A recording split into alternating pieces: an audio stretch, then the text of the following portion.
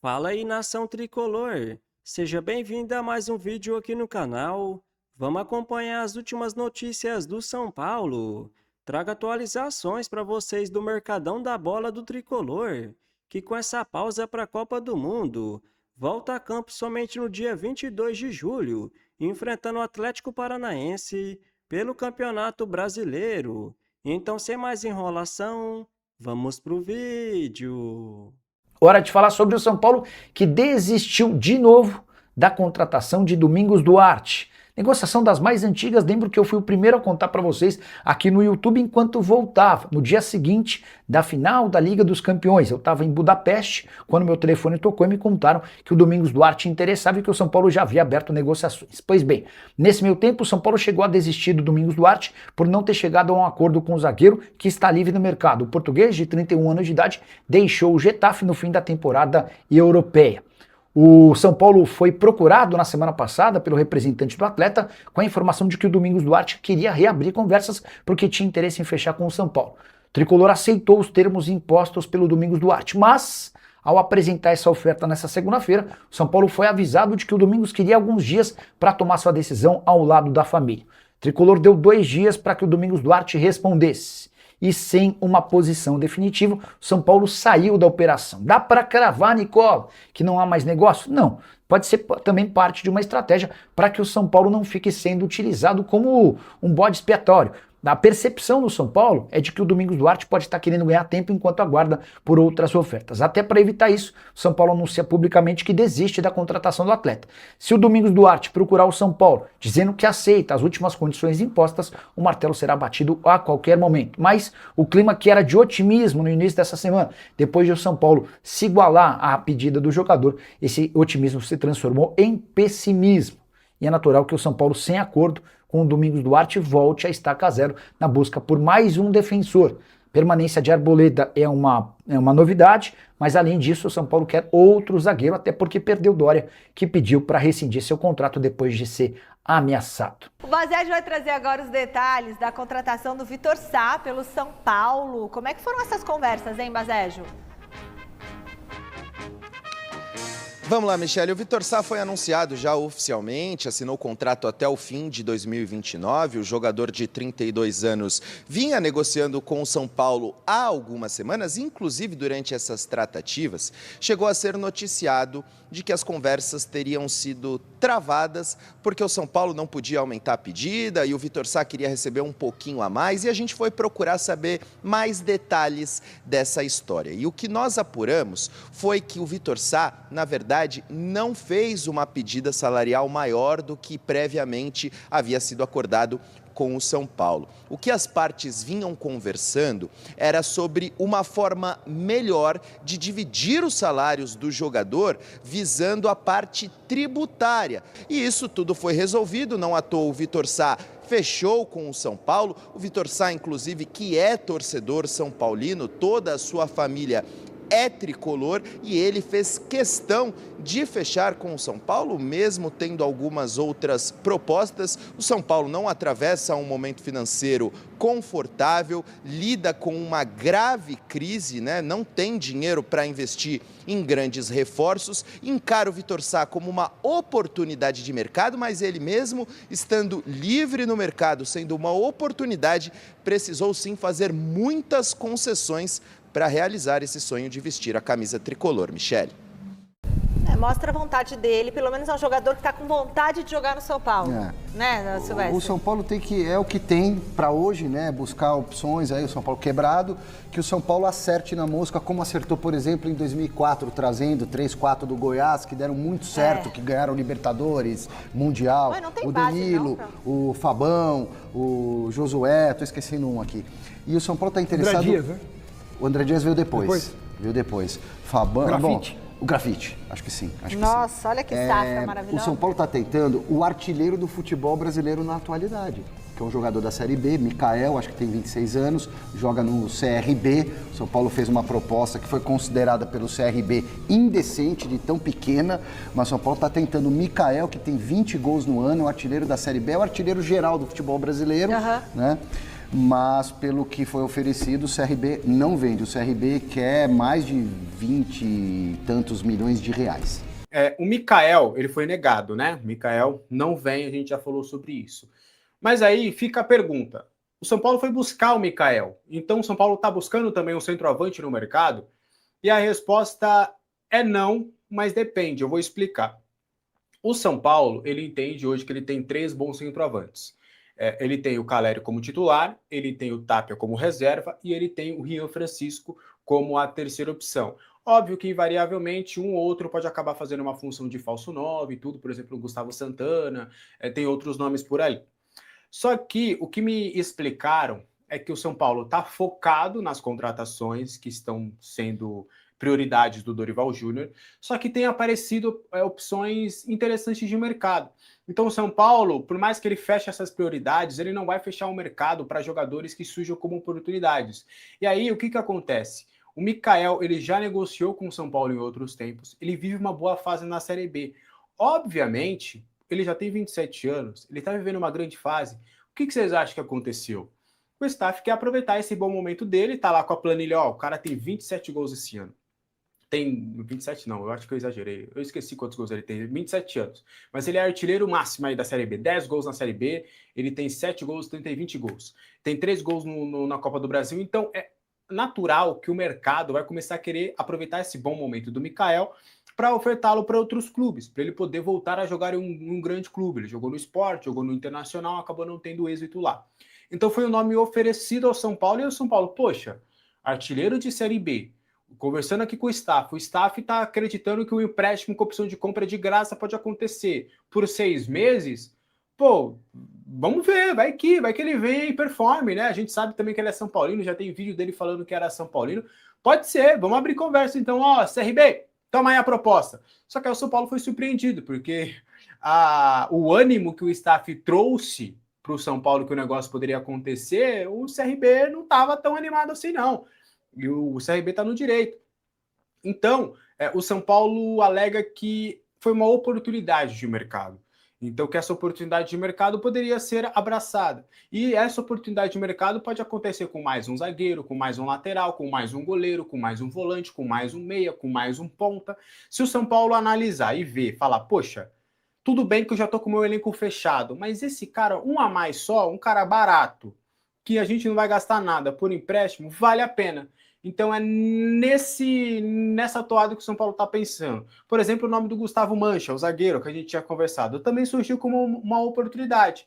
Aí o São Paulo viu ali depois, analisou melhor e viu que ele tomaria um lugar do Osório, então eles preferiram que não, queriam focar realmente num zagueiro destro. Então são essas oportunidades que vão surgindo e aparecendo, que o São Paulo vai avaliando e vai vendo essa possibilidade de fazer negócio, e a do Mikael foi nesse quesito. Então o São Paulo não procura um centroavante. E aí já vem a pergunta, pô, se trouxeram o Mikael, ou trouxeram ou não, se foram fazer uma proposta para o Mikael, o Tapia pode ser negociado?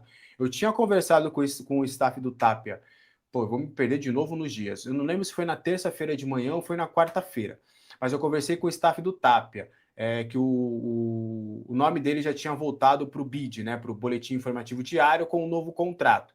E aí, eu conversando com o staff do Tapia, eles afirmam que, pelo que eles entendem, pelo menos por enquanto, o nome do Tapia perdeu força no mercado. Eles até acreditavam que chegaria uma boa proposta para ele, algo interessante, que o São Paulo poderia fazer negócio, só que até agora não chegou.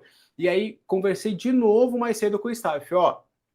Os caras buscaram um centroavante, estão comentando aí, um monte de gente também comentando que pode vir alguma coisa aí do mercado. Como é que tá esse cenário do Tapia? E foi bem taxativo. Segue aquilo que a gente já tinha conversado. Então, o Tapia, pode surgir uma proposta? Pode, gente. Pode surgir uma proposta para todo mundo do São Paulo. Só que neste momento, o staff acredita que não tem propostas a serem entregues para o São Paulo nesse momento. E aí, esse é o lado do staff, que até agora não tem uma proposta que o staff possa levar para o São Paulo, e também não houve o contato de clube para clube, então nenhum clube ainda procurou o São Paulo para querer a contratação do Tapia. Tapia segue trabalhando, o Dorival quer utilizá-lo como reserva do Calleri, e essa questão do Mikael, pelo menos por enquanto, do que a gente tem de apuração, não tem a ver com o Tapia. É óbvio que o mercado a gente sabe como é que é e uma proposta pode surgir, mas pelo menos por enquanto será uma, entre aspas, surpresa isso acontecer, porque não é algo que eles têm trabalhado, pelo menos nesse momento. É óbvio, eu sempre falei, o staff do Tapia e o Tapia gostariam de que viesse uma proposta no meio do ano para a Europa, porque eles entendem que ele está valorizado na seleção chilena, que ele ainda tem 23 anos, que ele tem mercado lá fora. Então, se chegar uma proposta para o São Paulo, pô, eu acredito, pelo feeling que eu tenho, que uma proposta de 3, 4 milhões de euros ali, o São Paulo toparia vender o Tapia numa boa, embrulharia para presente e mandaria embora.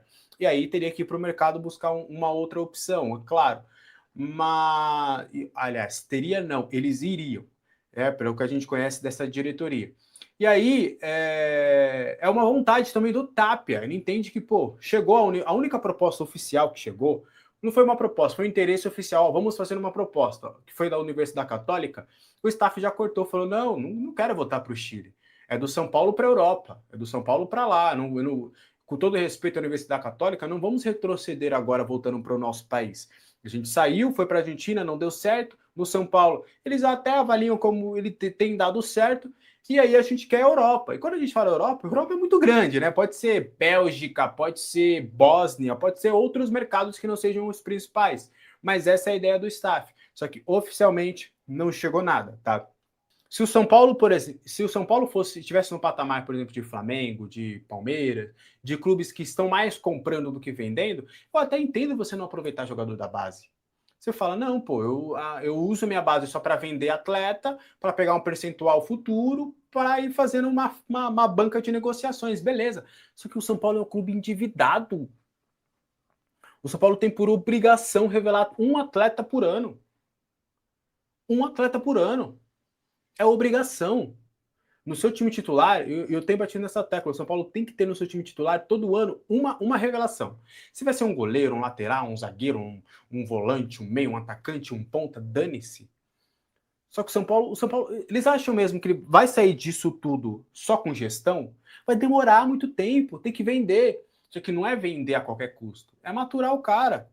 Por exemplo, para mim, e isso não é culpa, na minha visão, não é culpa do Luca, tá? Mas o Luca, ele tá no segundo ano e não tá pronto. E não tá pronto. O Nicolas subiu ano passado e esse ano e não tá pronto. É toda hora essa desculpa. Porque num clube sério, o Luca teria minutos ano passado, ganho de massa muscular, um trabalho específico, uma dieta para ganho e crescimento e tudo. Para esse ano, tá voando, tinindo. O Nicolas a mesma coisa. Aí daqui a pouco, o Nicolas, o Luca, eles serão vendidos para os Shakhtar, Stuttgart e não sei quem da vida. Aí daqui a 2 anos a gente vai falar, daqui a 2 anos um escambau. Daqui a 2 meses, 3 meses eles vendidos e falar, e para cá não servia. Entendeu? Pô, é complicado, cara. É complicado. O Pedro Henry também traz um outro exemplo do Djordje. Prefere o Neutro do que o Djordje.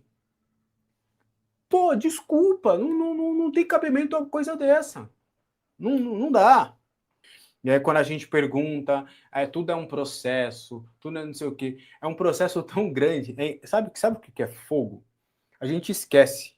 Só que o William Gomes, ele foi vendido no início do ano passado.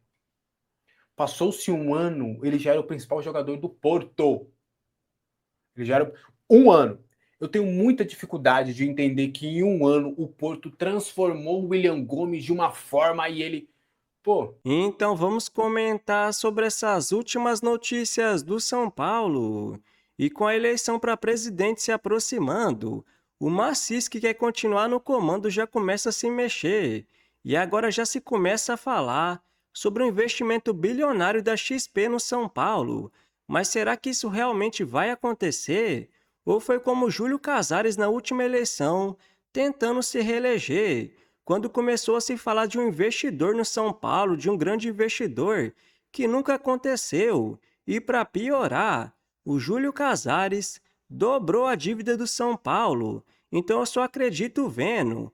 Mas na minha visão, de qualquer forma, como eu sempre falo aqui no canal, a torcida tem que continuar em cima, cobrando esses conselheiros para votar certo nessa próxima eleição de presidente, que vai acontecer nesse final de ano, porque o São Paulo merece mais, muito mais, do que um Júlio Casares, do que um Macis, do que um Outton Aires, do que um Belmonte na presidência do São Paulo. O tricolor precisa mudar, se profissionalizar, senão vai ter que virar SAF e não vai ter outro jeito. Mas o grande problema da SAF é que a gente olha para o lado e vê o Flamengo e o Palmeiras, que não são SAF, dominando o futebol brasileiro, enquanto o Vasco e o Botafogo, que já são SAF, estão uma bagunça. Então, na minha visão, o tricolor tem que investir mais na base, precisa fazer isso. A base, na minha visão, é o futuro do São Paulo. E o atacante Vitor Sá recusou algumas propostas da Europa para fechar com o São Paulo, o seu time de infância. Então, que ele seja muito bem-vindo e consiga jogar muito com a camisa do São Paulo. Mas que nem eu sempre falo aqui no canal, na minha opinião, o tricolor poderia ter feito com ele um contrato mais curto, de 1 ano e meio, por exemplo, e colocar metas. Se ele bater essas metas, renova por mais tempo. Mas não, o São Paulo fez com o atacante de 32 anos um contrato de 3 anos e meio. E o pior, a partir do ano que vem, ele vai ganhar 1 milhão por mês. Acredite se quiser, 1 milhão por mês para um atacante de 32 anos, na minha visão é um absurdo. E eu nem estou discutindo a qualidade do Vitor Sá. Como eu já disse, pode ajudar muito nesse ano e no próximo, mas sim a sua idade, o seu tempo de contrato e seu salário. Porque será que daqui 2 anos, ele com 34 anos de idade, vai estar merecendo ganhar esse 1 milhão?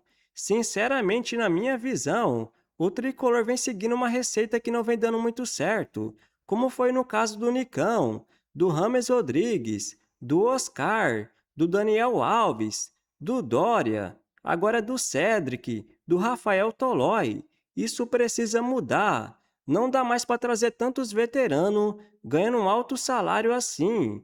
E o Dorival Júnior vem tentando aproveitar o máximo possível essa pausa para a Copa do Mundo, para treinar mais o São Paulo e recuperar jogadores que estavam machucados. E vamos torcer para o São Paulo voltar melhor, porque nos últimos 10 jogos, apenas uma vitória contra o fraco Boston River.